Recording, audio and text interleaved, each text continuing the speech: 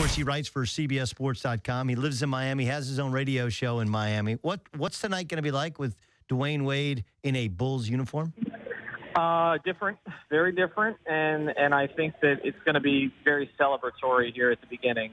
This feels like a big event night here, and there were a lot of those for 4 years, obviously with the Big Three era. There were a lot of them for 13 years when Dwyane Wade was here playing for the Heat, but I don't know how many there are going to be this season, because this Heat team is in transition right now. So this is a date that once it came out on the schedule, everybody was pointing to when would Dwyane come back, how many times would he come back, and it turns out it's just one game and it's early in the season. So I expect this to be a very full house tonight and a very loud crowd, and I expect them to be very welcoming to Dwyane, at least at the very beginning and when they play the tribute video. What is the status of his relationship with Riley? It's hard to say. I mean, he's taken the high road publicly. Who has? Pat. Well, I think Dwyane has, in the sense of talking about how he still loves Pat. He's said that repeatedly, talking about how he understands that Riley's a competitor, and that if it's just the way he is. If you're either with him or you're against him, and Dwyane has said that now in a couple of recent interviews. But look, this summer, they weren't really communicating. The communication was going on, with ownership here, but Pat wasn't really intimately involved in the negotiations, and he expressed regret about that later. But I'm not really sure still, whether or not the Heat really wanted Dwyane back. There were ways to do it if they wanted to do it. They could have given him a third year. They could have tried to free up a little bit more money on a 2-year deal, although that was complicated because they would have had to have moved players to do it. But, what it came down to ultimately was, Dwyane Wade, is going on 35 years old, and a 3-year deal, at a time when, the Heat are looking to sort of reload with big-name players, and it didn't happen this summer. Maybe it'll happen next summer. Maybe it'll happen the summer after. It became complicated to sort of commit that much money to Dwyane. And on the other hand, I understand Dwayne's perspective entirely, which is that Dwyane felt like he sacrificed for the franchise repeatedly, and he felt that he shouldn't be sort of put off to the corner and told to wait while the Heat pursued Durant and while the Heat locked up Whiteside. So I think fans are pretty split down here on who they sort of blame for the departure. Ethan, the Chris Bosh retirement, do you think he comes back and plays this year?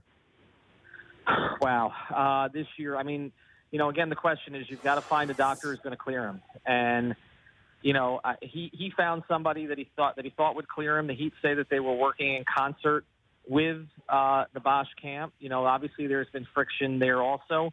At this point, though, I don't expect him to play for the Heat again. I mean, the Heat essentially, they've got to wait until February 9th at the very least. That's 1 year after the last time that he played.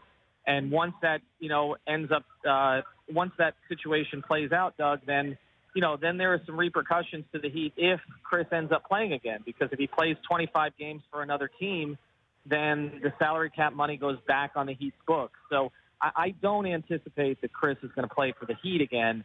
Will he play for somebody else? Again, that's more of a medical question. Ethan Skolnick joining us from CBSSports.com. He covers the entire NBA. I watched what the L.A. Clippers did last night to the Portland Trailblazers. Damian Lillard played as bad as you can possibly play, but maybe more than anything, like Blake Griffin seems to be playing the best basketball of his life, and it feels like the Clips are a legit threat to the Warriors. Am I crazy? No, I don't think you're crazy. I think the thing that's happened with the Clippers here a little bit is that we get to a point with certain teams where we sort of feel like they max out, right? Like there's this idea of being good but not great in the NBA, and when you can't get past a certain point, we write them off. The Clippers have clearly found growth from within, and that was the question. Was there more to Blake Griffin's game?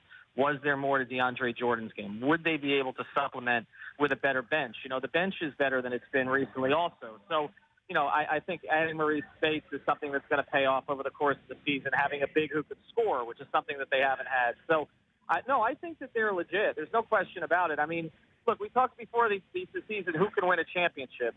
And you're really talking about Cleveland, you're talking about Golden State, and then it was San Antonio maybe, and then it was possibly the Clippers. And the Clippers have shown more growth, I think, than was anticipated. Ethan Skolnick joining us in the Doug Gottlieb Show on CBS Sports Radio. Warriors were up 37 last night in the first half. 37 on the Mavericks. Now, it did get to 13, I think, in the fourth quarter, but it was never felt like it was actually in doubt. So that's like when they got their A game going, the ball's moving, and Klay Thompson is hitting jump shots. It's incredible. But am I crazy to watch them and assess that? I'm not convinced they're better. I'm convinced they're different. You know, you talked about bench with the Clippers. The bench is suspect, and there is no rim protection. Did the Warriors actually get better? Well, I think ultimately we may say that they did once the playoffs come. But you mentioned the rim protection, and that was the issue. I mean, when you look at, losing Ezeli, even if he wasn't great all the way through last year, losing Bogut, not just in terms of rim protection, but also in terms of his ability to move the ball on offense. Now, they'll be able to overcome that. But, yeah, they're very different. I mean, they lost three bigs that were a core part of their rotation, adding Maurice Spates in there too. So is it possible that they're better or they're worse? Look, the team won 73 games last year, so it's pretty hard to top that. But I think what we're going to see is sort of what we've seen so far, which there are certain nights where, like you said, the ball is moving, and they're just absolutely unbeatable. And there are other nights that some of that stuff, that we're talking about in terms of the rim protection, in terms of sort of that interior defense, becomes an issue for them. So, look, so far this season, what we've seen, is that they can be absolutely unbelievable. And then they can look pretty ordinary at times, and that's something that's going to have to sort out over the course of the season. Last night, both Stan Van Gundy, who's a former Heat coach and now the coach of the Detroit Pistons, and Steve Kerr came out and had some harsh words for the president-elect. What's the feeling you get? You cover the NBA. You'll be tonight at the Heat Bulls game. How fixable is the relationship between what's going to be the new White House and the players of the NBA? Well, what we've seen, Doug, is that the NBA, look, it tends to be a more progressive league than the NFL, for instance. And even than Major League Baseball, but especially than the NFL. And so there are certain coaches, a lot of their players happen to be, on the Democratic side. So coaches feel, I think, that more comfortable coming out and being public about this kind of thing. Is it fixable? Look, a lot of players have we've seen it recently with some of the Black Lives Matter stuff, the I Can't Breathe, T-shirts that were worn up in Brooklyn last year and some of the comments from LeBron that a lot of players feel much more comfortable speaking out. So I just think this is going to continue. Obviously, look, it's not going to be the kind of relationship that Barack Obama had with a lot of the players around the league. But I think ultimately once people settle in and realize who the president is, I think some of this stuff will die down.